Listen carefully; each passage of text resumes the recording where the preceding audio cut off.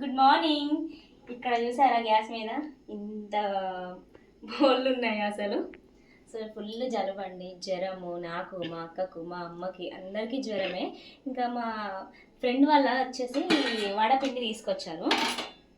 వడపిండి వడ అంటే ఎట్లా మొత్తం ఆయిల్ ఫుడ్ తింటే కూడా ఈ టైంలో మంచిది కాదనేసి కొంచెం వాటర్ వేసి ఈ కన్సిస్టెన్సీలో వేసి ఇక ఇట్లా దోశలు చేసాను. కానీ వడపిండితో దోశలు ఎట్లా ఉంటుందో టేస్ట్ అనుకున్నాను, కానీ నేను టేస్ట్ చేశాను, ఎంత బాగుండిందో. సో ఎప్పుడన్నా ఇట్లా ఆయిల్ ఫుడ్ తినద్దు, ఇంట్లో పిండి ఉన్నప్పుడు ఇట్లా చేసుకోండి, మంచిగా టేస్ట్ చాలా బాగుంటుంది. సో అంత పర్ఫెక్ట్గా రాదు అని అనుకుంటారు దోశ, కొంచెం గట్టిగానే ఉండాలి, ఎందుకంటే మరీ పలచగా ఉన్నా కూడా టేస్ట్ ఉండదు. నేను ఇక్కడ వేసినట్టు వేసుకుంటే అయిపోతుంది.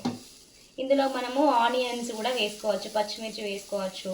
కొంచెం ఇట్లా టైట్గా ఉంటేనే ఉతప్పం లాగా కొంచెం టైట్గా ఉంటేనే టేస్ట్ అండి. మరీ వాటర్ దోశ లెక్క చేసినా కూడా టేస్ట్ రాదు. ఇంకా పక్కన ఇక్కడ పల్లి చట్నీ కూడా రెడీ అయిపోతుంది.